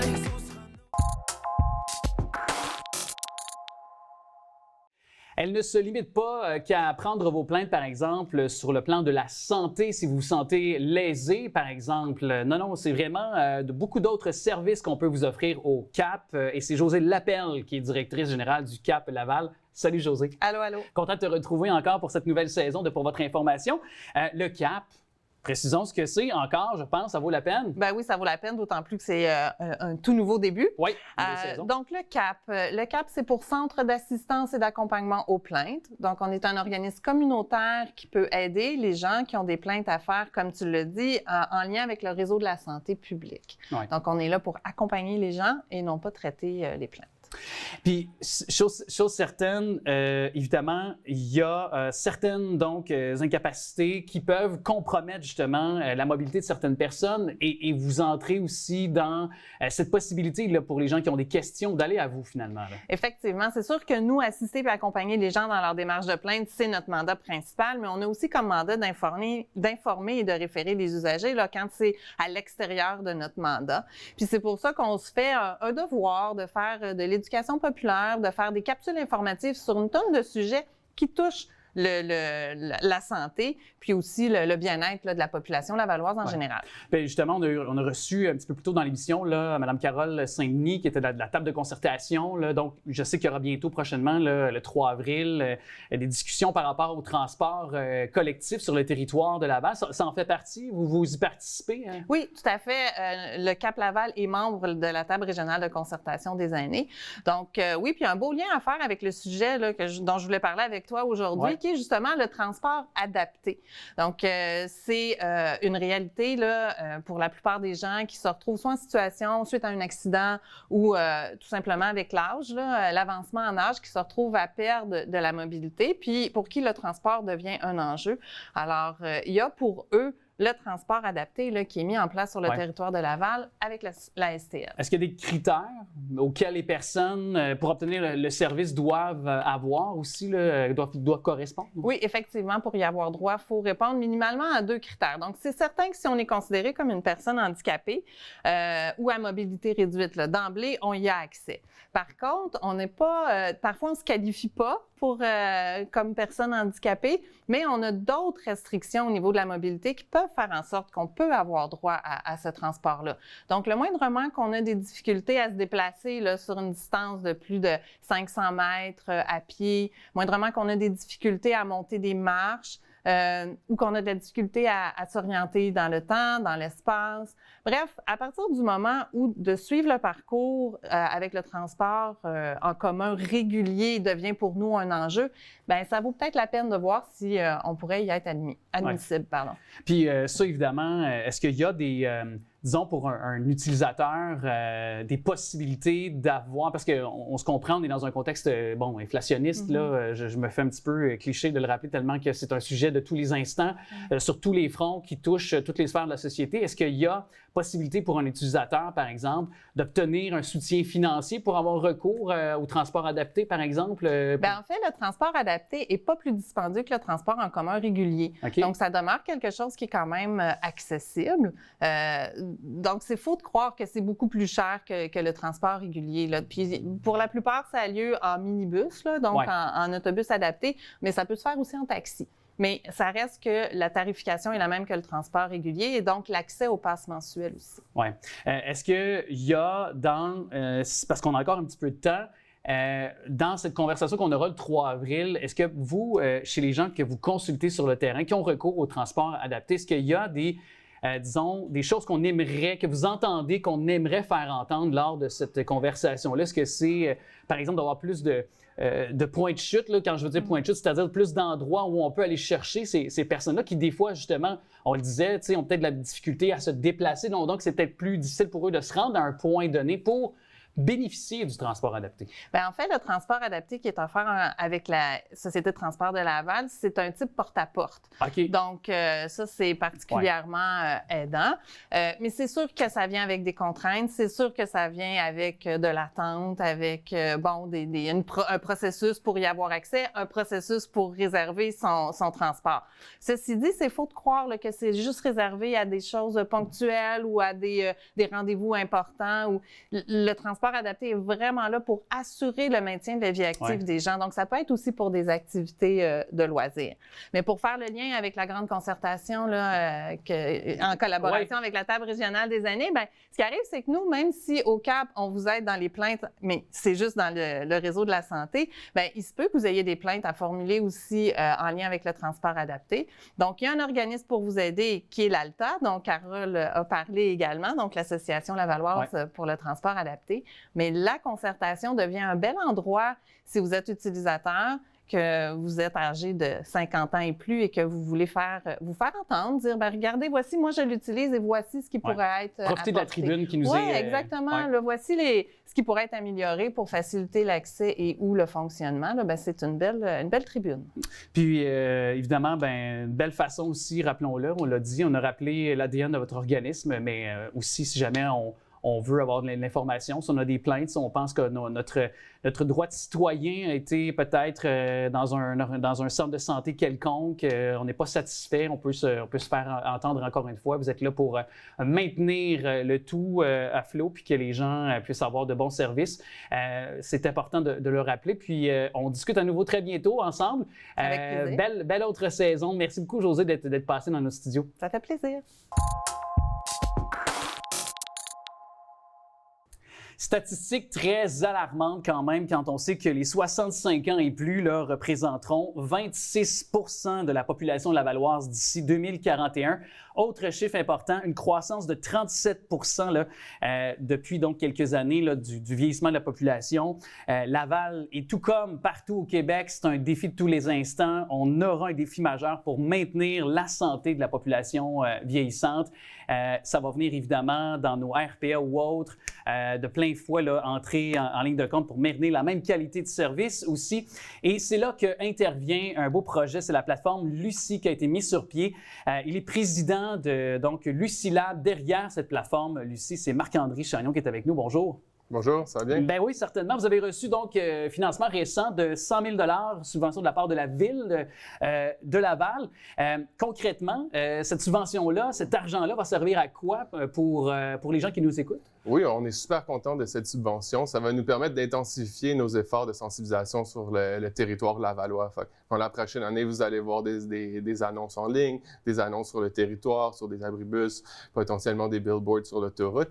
Donc, ça va nous permettre d'essayer de sensibiliser un maximum de Lavallois et Lavalloises sur l'importance de la santé cognitive et des saines habitudes de vie. Sur les enjeux pour maintenir nos personnes âgées finalement en santé le plus longtemps possible, j'imagine là aussi. Là. Et qu'est-ce que c'est la plateforme Lucie, là, concrètement, pour les gens qui nous écoutent? Là? Oui, la plateforme Lucie, c'est une plateforme en ligne de saines habitudes de vie. Donc, un utilisateur va arriver sur Lucie Lab, il va pouvoir se créer un compte. De là, il va recevoir un bilan de saines habitudes de vie. Puis de là, il y a l'option d'aller dans notre bibliothèque de contenu et aussi de rencontrer une équipe multidisciplinaire de professionnels de la santé qu'on a à Lucie Lab et faire des appels vidéo avec eux. Fait que les participants sont invités à faire ces appels-là et avec eux construire un plan qu'on appelle SMART, un plan à petits pas pour changer leurs habitudes de vie une à la suite de l'autre dans le but de développer des facteurs de protection vis-à-vis de la maladie d'Alzheimer. Et quand on pense à peut-être quoi, saines habitudes de vie, ça passe quoi par l'alimentation, bouger, rester actif sur le plan cognitif? Oui, activité physique, stimulation intellectuelle, puis saine alimentation, c'est les 3 sujets qu'on attaque sur la plateforme Lucie Lab. Donc, on peut avoir accès à des spécialistes, à des activités aussi, ou sur la plateforme aussi? Ben, on a des conseillers en saine des habitudes de vie. Il y en a qui c'est des kinésiologues, d'autres des nutritionnistes, d'autres professionnels de la santé qui viennent de d'autres domaines. Mais sur Lucie Lab, ils sont principalement formés sur notre programme d'intervention, puis comment aider les gens à adopter des saines habitudes de vie. Donc, on ne va pas substituer à des recommandations d'un nutritionniste, mais on peut apprendre la base puis se créer des objectifs avec eux. Mais à la base, c'est des spécialistes, par contre, qui ont conçu ces conseils-là, qui les ont écrits, là, qui les ont dévoilés. Exactement. Ça fait 6 ans qu'on développe le programme avec un comité scientifique de chercheurs de tous ces domaines-là, puis qu'on raffine notre application, les conseils, les contenus et la façon dont on interagit avec les gens. Je me permets d'être un petit peu plus personnel dans ma prochaine question. Oui. Mais c'est parce que vous êtes jeune encore, visiblement. Et pourquoi cette question-là, ça vous a touché? Pourquoi peut-être les personnes âgées, ça vous a touché, que ça vous a permis d'établir les bases de cette plateforme-là? Oui, c'est un projet de famille, malheureusement. C'est ma grand-mère en 2014 qui est décédée de la maladie d'Alzheimer. Puis ça a vraiment touché toute la famille, mais principalement mon grand-père, qui était André Chagnon. Puis là, en 2014, lui et moi, on s'est rencontrés, puis on s'est dit, on devrait essayer de mettre un projet sur pied qui peut aider les gens à prévenir le mieux possible. On ne peut pas passer par-dessus le côté génétique, mais jusqu'à 30% des cas de la maladie d'Alzheimer seraient liés à des facteurs qu'on peut avoir un impact dessus. Donc, on a dit, on va bâtir cette plateforme-là. Puis depuis 2018, lucia.ca a commencé à être mis sur pied. Puis on essaie de redonner à la société de cette façon-là. Et je me permets aussi de vous demander pourquoi Lucie, est-ce que c'est en lien avec le prénom de votre grand-mère? Exactement, tu l'as bien deviné. Oui. C'est ça. Je pense qu'elle serait fière de vous puis de votre famille en général. Je trouve que c'est faire œuvre utile. Bravo pour ça. Merci beaucoup. Oui, on est très contents de l'impact qu'on a eu jusqu'à date. C'est des centaines de gens, même des milliers qui sont allés sur la plateforme. Donc, on espère, avec ce partenariat, avoir encore plus de Lavallois et Lavalloises sur notre programme. Ouais. Est-ce que c'est une application ou une plateforme qui pourrait évoluer dans le temps aussi, faire des mises à jour, en changer un peu, l'adapter selon la réalité technologique qui peut changer, veut pas? Oui, 100%. On a une équipe de 9 personnes en technologie qui font toujours évoluer la plateforme. Fait que depuis quelques mois, on a rajouté des fonctionnalités audio. Il va y avoir des fonctionnalités vidéo qui s'en viennent. On fait évoluer les interfaces. On rencontre beaucoup des participants pour recevoir leurs commentaires puis améliorer tout ça pour que ça soit le plus convivial possible. Ouais. Donc, modèle de fonctionnement simple. On peut l'utiliser sur toutes les plateformes? Est-ce que, par exemple, j'ai un appareil intelligent, j'ai un ordinateur portable, je peux le faire un peu partout, c'est à ma disposition? Oui, exactement. Il faut juste aller sur un navigateur, lucie100eapp.ca/Laval, et on y a accès, c'est gratuit pour tout le monde dès maintenant. Alors, offensive qui va être au cours des prochains mois, ne vous méprenez pas si on voit vous l'avez dit, sur des abribus, par exemple, dans des endroits publics sur le territoire lavallois, la plateforme Lucie, on va évidemment la connaître davantage. Est-ce que par la suite, la Ville de Laval, est-ce que vous êtes en concertation pour peut-être voir un peu, au bout de quelques mois, par exemple, qu'elles soient implantées ou après que l'offensive a été dévoilée et de façon publique, est-ce que vous allez peut-être avoir un retour retour, peut-être voir comment que la ville, vous pouvez vous arrimer ensemble pour faire connaître encore davantage la plateforme ou continuer un peu à développer les choses avec la Ville de Laval? Ou... C'est sûr qu'on aimerait que cette collaboration perdure dans le temps, mais déjà cette année, on travaille avec différents organismes de la Ville, fait que la santé publique, le service de la culture, des loisirs, des sports et du développement social. On travaille avec plus de 20 organisations qui sont sur le terrain, comme Groupe Promo Santé Laval. Donc avec eux, on fait différentes initiatives avec leurs membres pour faire la promotion de la santé cognitive et des saines habitudes de vie. Bien, merci d'être passé, puis bravo pour cette mission que vous vous êtes donnée. Je pense que votre grand-maman serait très, très honorée, puis serait fière de vous, de ce que vous faites vraiment. Merci beaucoup à vous. Merci à vous. Merci.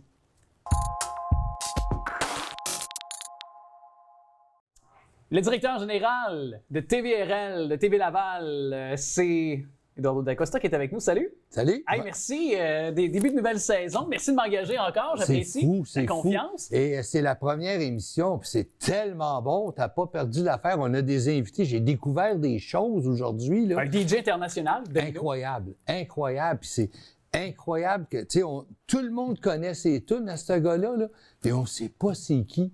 On va changer ça. Bien, puis d'ailleurs, collaborateurs qu'on est très contents, c'est là où si les gens, là, on les voit passer, ces collaborateurs-là, qui pour certains sont de retour depuis tellement d'années. Oui, puis je veux les nommer. Ça va à peine. Cette année, on l'a vu déjà avec Sarah Baud. Incroyable. Oui. Même de chez elle, elle nous fait des très bonnes entrevues. Elle revient pour la saison. Photographe. Sophia qui revient avec Antoineau. C'est une belle découverte pour la télévision et la complicité que vous avez ensemble est tellement bonne, c'est vraiment cool. Isabelle Dominique qui va venir nous entraîner régulièrement. D'ailleurs, t'as-tu continué à t'entraîner? Oui, j'ai pas arrêté. T'as gardé tes bonnes résolutions? 5 fois par semaine au gym. Ça paraît pas encore, mais dans ma tête, tout va bien. C'est bon. Mais non, mais moi, je te dirais que pour un homme, est-ce que je peux dire ton âge? Oui, absolument. 62? 63. Vois-tu, je t'ai rajeuni d'un an. Merci, c'est gentil. Il a l'air d'un 52. Ouais, c'est fin, ça. C'est fin. C'est George Clooney, mais en plus beau. C'est de travailler avec toute cette gang-là ici, là, ça tient jeune, on n'a pas le choix. D'ailleurs, un gros merci à tous nos bénévoles, vraiment, ici. L'équipe technique qu'on a, là, c'est des gens professionnels. Écoute, même Guillaume Lepage ne serait pas capable de les payer, ils sont trop bons. C'est vrai. Ils sont trop bons. En plus, ils ont un humour délicieux. Notre psychologue encore qui revient avec nous autres, Christine, qui revient encore cette année, Monia, notre coach de vie qui va venir nous jaser. On a Guylaine Archambault du musée de la santé Armand Frappier. Armand Frappier, oui. C'est notre segment sérieux. Puis elle est tellement intéressante, cette madame-là. Elle vulgarise tellement bien les choses. Ouais. José Laperle, qui a passé déjà l'émission, va être là tout au long de la saison encore. Et Nicolas Dioum. Oui. Doom. C'est la sommité. Je pense que dans un domaine, je ne connais pas de gars qui connaît aussi bien sa passion. Je vais faire appel à ta mémoire. À l'époque, à TVA, il y avait un chroniqueur cinéma qui était là tous les vendredis soirs puis qui nous donnait, je cherche son nom, puis qui nous donnait... Nicolas est meilleur que lui. Je vais revenir avec son nom. Je sais de qui tu parles, mais son nom, je ne le connais pas. On va le mettre en bas de l'écran, son nom, mais qu'on arrive. Là. Mais Nicolas, là, c'est incroyable, les connaissances qu'il a et le plaisir qu'il a à faire ce qu'il fait, là, c'est vraiment génial. Ben, tu sais, quand on dit que quelqu'un est intéressé et intéressant, je pense que Nicolas, c'en est la définition. Ah, vraiment, on est vraiment content. À nous rendre ça intéressant. Et d'ailleurs, Nicolas, on sait quelque chose, je vais vous dévoiler quelque chose que personne ne sait. À 4 heures du matin, à 4 heures du matin, il envoie des emails, lui. Il doit faire de l'insomnie, Nicolas, ou il écoute des films tard la nuit. Mais moi, je te comprends parce que je fais pareil, moi aussi. T'es-tu sérieux? J'envoie des courriels à 4 heures du matin, je me lève à 3h30 chaque matin comme on a ça de pair. OK, bien Nicolas, je vais dévoiler le secret. C'est un gars qui se lève très, très tôt. Ça va être notre émission. En fait, il ne se lève pas tôt, il se couche à 4 heures. Oui, c'est ça qui arrive. C'est ça qui arrive. Lui, il se couche, moi, je me lève à cette heure-là. C'est ça qui arrive, esprit. Fait que ça va être pour la nouvelle saison et on cherche encore des collaborateurs. C'est là où je m'en allais, oui. Des nouveaux talents peuvent vivre la télé, peuvent peut-être même se servir de tremplin pour la musique aussi. La musique, des humoristes. Puis on peut même leur donner un petit peu de place pour faire un petit bout de spectacle. Tout à l'heure, tu le disais, les musiciens qui viennent ici, on a de la place pour vous faire jouer. Les artistes ont de moins en moins de tribunes télévisées pour se faire voir. Il y a beaucoup de balados, il y a beaucoup d'affaires, là, mais la télévision restera toujours la télévision. Fait qu'on a encore de la place pour des collaborateurs en masse. Bien, en même temps, ça nous permet d'ouvrir une porte parce que tu dis, tu sais, exemple, un artiste peut venir se faire une captation professionnelle de son, vidéo. Par la suite, peut s'en servir comme contenu sur ses plateformes à lui. Ouais. Et peut venir ici comme le balado, par exemple. Oui, on a commencé cette année à faire des balados. Les gens sont à la maison. Il y a tellement de balados et des excellents balados qui se font. Je suis un consommateur de balados. Tu as envie d'en faire, viens ici. Les caméras sont là, l'équipe est là, l'éclairage est là, la régie est là. Tout est ici pour pouvoir faire un balado, là, mais vraiment de grande qualité. On s'entend, on le produit avec toi ici, puis tu l'envoies sur tes réseaux sociaux. Puis s'il est vraiment bon, bien, on le met en ondes en plus de ça. Tu sais, fait que c'est nouveau. On veut vraiment louer les locaux ici pour pouvoir faire des balados. Toutes les gens qui ont envie de faire des balados, c'est le soir, c'est le jour. On est vraiment une équipe vraiment qui est ouverte à faire ça. Puis on va se le dire, c'est une façon aussi pour TV Laval de rester en vie et en santé financièrement également. Absolument. Parce qu'on ne veut pas, il y a des coupures de toutes sortes. On l'a vu avec TVA, on l'a vu avec d'autres plateformes. Ouais, puis on y goûte nous autres aussi. Mais c'est sûr que de venir faire un balado, ça devient plus facile pour toi. Tu peux te concentrer sur ton contenu. Nous autres, après ça, toute l'enveloppe, on l'a fait. On en a une douzaine de caméras déjà toutes installées, déjà prêtes à faire. Puis après, tu as juste à amener ton décor ou tu choisis ton décor. On peut même s'arranger. On veut faire des balados avec tout le monde ici. Là, tu parles de décor. On a un beau décor là, cette année. Merci d'avoir investi là-dessus. Là. Moi, j'adore mon nouveau décor.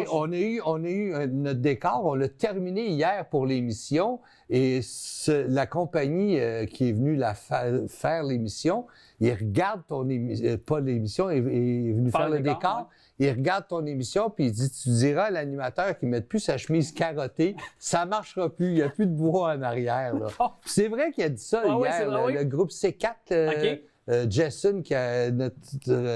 Bon, mais en plus, ils ont donné des conseils vestimentaires, Caroline. Je vais le retenir. Vraiment ouvert, vraiment ouvert. Dernier point que je voulais parler avec toi. Bingo. Le bingo. Maintenant, le bingo, on sait que le bingo, c'était juste sur MaTV. Oui. Sur la chaîne, c'est à peu près 250 000 personnes qui ont le câble Vidéotron à Laval. Les 250 000 autres personnes sont avec Bell. Mais maintenant, si tu vas sur le site Internet de la télévision, tvrl.ca, quand tu rouvres tu vois, en ouvrant le site, la page d'accueil, il y a bingo en direct. Tu cliques ça, vous pouvez, à partir de 3 semaines qu'on a mis ça en place, jouer au bingo sur votre tablette, sur votre ordinateur ou même sur votre téléphone. Et on a déjà même eu un gagnant qui a gagné le gros lot sur le web. Donc, le bingo est aussi accessible sur le web. Des fois, tu t'en vas, l'été, les gens, ils jouaient moins au bingo parce qu'ils s'en allaient au chalet. Bien, ils ont toute une tablette, ils ont tout un ordinateur. Allez en vacances avec vos cartes et votre ordinateur. Et puis, il y a plus de... je pense qu'il n'y a presque aucun chalet qui n'a pas Internet maintenant. Là. C'est comme une nécessité aussi pour tout chalet. Là, donc, Mais c'est une grande première qu'on a avec le site Internet. Puis aussi, vous pouvez retrouver toutes les émissions tant qu'à être sur le site Internet. Exactement. Puis chaîne YouTube également, si c'est important de le rappeler, parce que c'est une autre façon pour rattraper le contenu. Puis peut-être juste pour ceux qui doutent, parce que vous avez fait vos tests aussi pour le bingo. Là. Ça marche très bien. L'image, tout est correct. On a un gagnant. On a un gagnant qui a une madame qui avait déjà gagné là-dessus. Et il y a plusieurs personnes que je connais personnellement qui jouent sur l'Internet.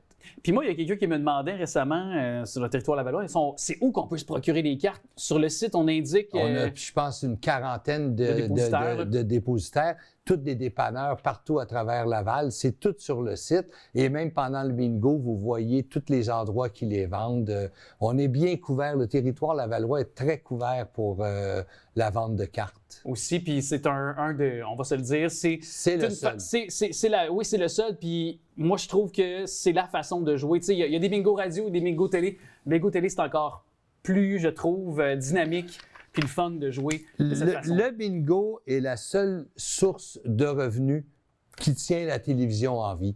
Vous arrêtez de jouer au bingo, la télévision n'aura plus, ça ferme. Exact. C'est le bingo vraiment qui tient tout ça, puis qu'on peut faire toutes ces belles émissions-là de qualité. Oui, exactement, comme celle-là. Pour votre information, vous me gardez en vie, vous me gardez connecté avec vous autres, puis en plus, vous me permettez de voir encore ce beau bonhomme-là comme ça. Eduardo Dacosta, merci. Bravo toute l'équipe, vraiment, surtout les bénévoles, Alain à la régie. Tout le monde fait un travail extraordinaire. Grand succès encore à notre émission. Et oui, puis surtout Jacques également. Jacques Larré, que j'adore aussi, que je salue. Jacques, c'est Jacques. Jacques, c'est Jacques. Merci beaucoup, Eduardo. Merci. Je ne me battrai pas pour lui. Je me battrai pour mon peuple. Satané môme. Est-ce que vous croyez en Paul? Il y a des signes. Le prophète, pourquoi ce serait une mauvaise chose? Il faut t'en servir. Parce que toutes mes visions laissent présager des horreurs. Parce que tu perds le contrôle. Parce que je le prends. Shani, tu crois en moi? Paul Atreides est toujours en vie.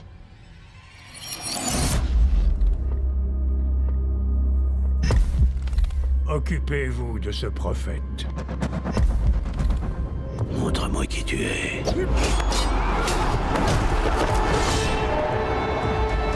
Votre père.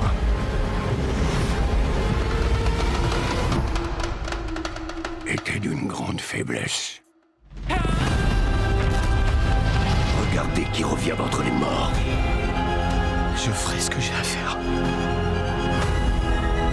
Nous leur avons donné quelque chose à espérer. C'est pas de l'espoir!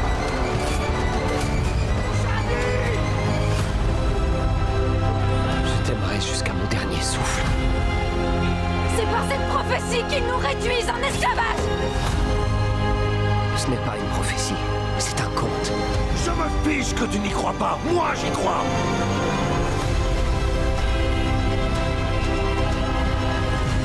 Je suis Paul Muad'Dib Atreides, duc d'Arrakis. Adorme-le-ci aux entends. Celui qui peut détruire une chose en a le contrôle.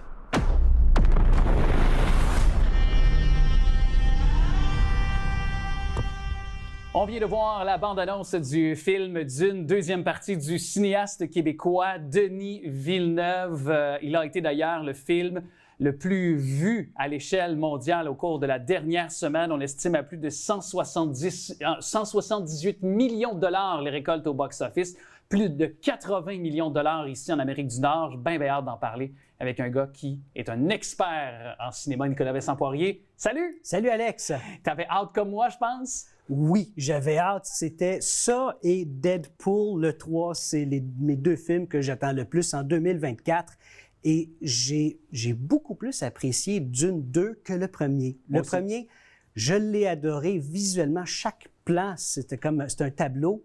Mais je trouve, dans ce type de film-là, c'est l'information qui manque. J'aime ça quand il y a beaucoup d'informations. Et Denis Villeneuve le dit, lui, il n'aime pas tant que ça. Le moins de dialogue possible, le mieux c'est.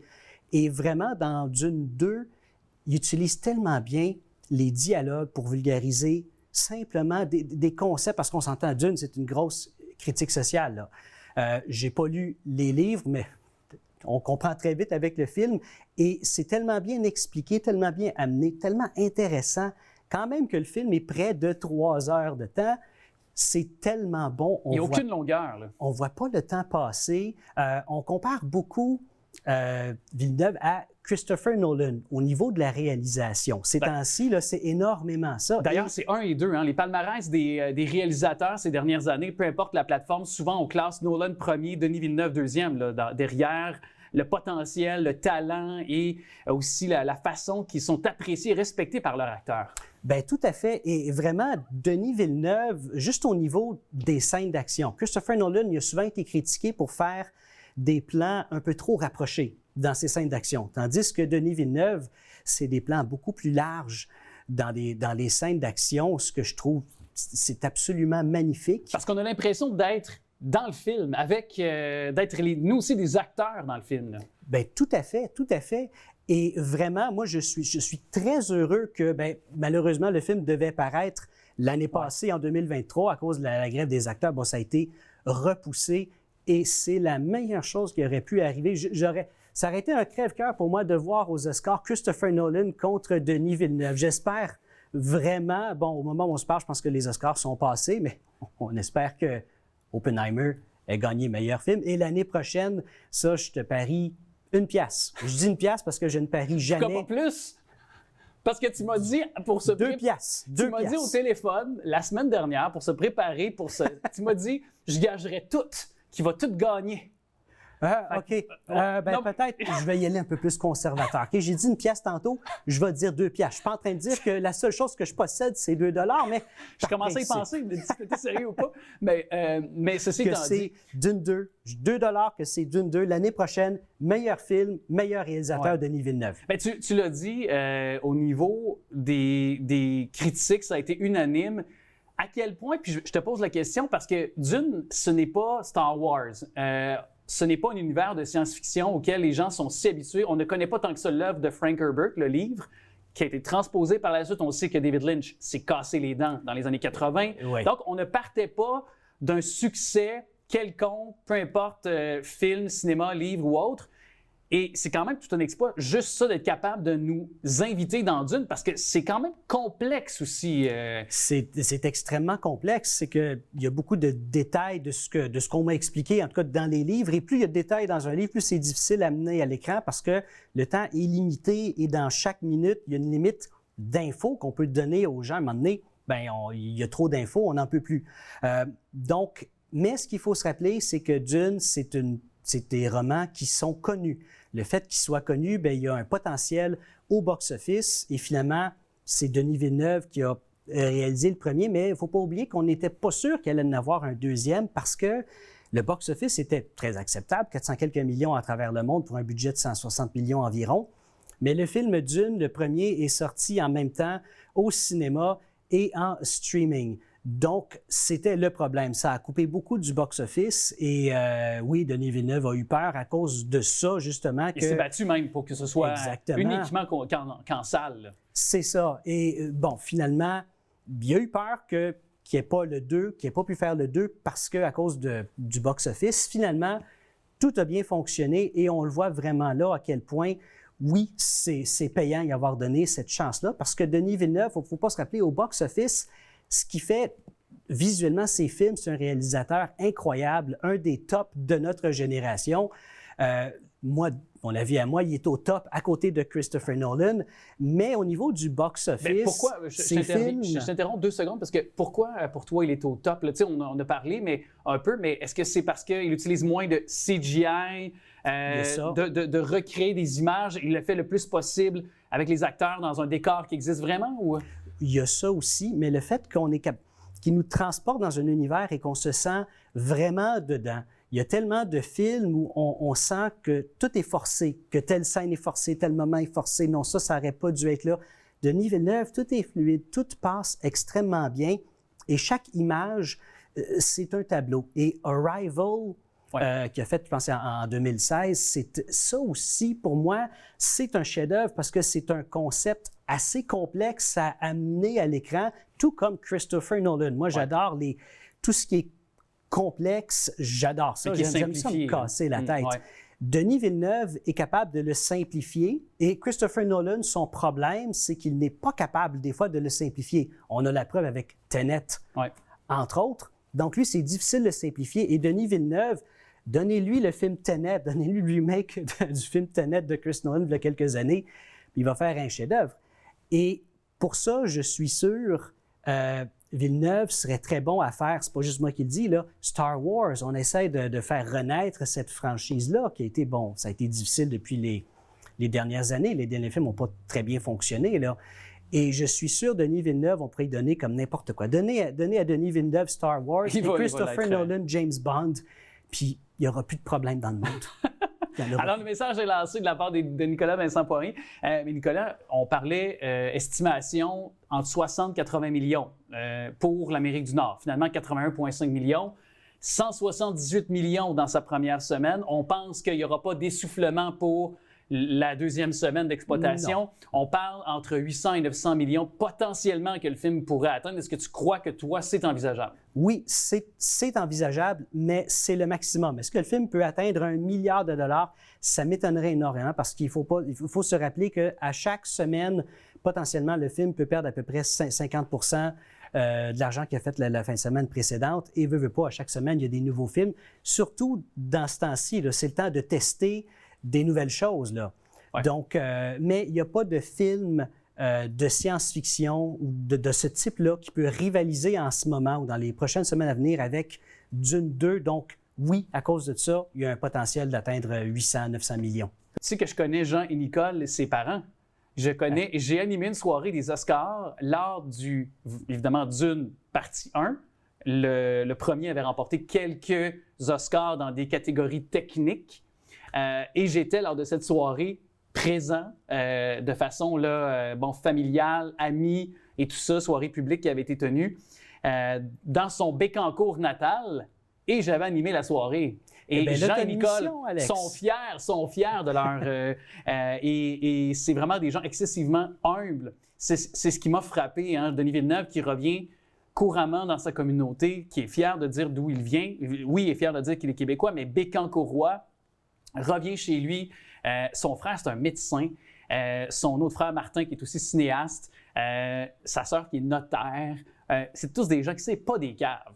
Non, mais je veux dire, mais c'est des gens qui sont tous investis dans leur art ou dans leur discipline, dans leur métier. Et c'est ce qui m'avait frappé, le père qui est notaire, d'ailleurs, Jean, qui est très simple, malgré sa position quand même de notaire dans le village, dans la ville. Alors, c'est ce qui me frappe, moi, c'est ce côté toujours, cette gentillesse et cette accessibilité qu'il a gardé Denis Villeneuve également à travers son ascension à Hollywood. Là. J'ai jamais rencontré Denis Villeneuve, mais toutes les entrevues que j'ai vues de lui, oui, c'est exactement ça. Il a tellement l'air humble, facile d'accès, simple, gentil.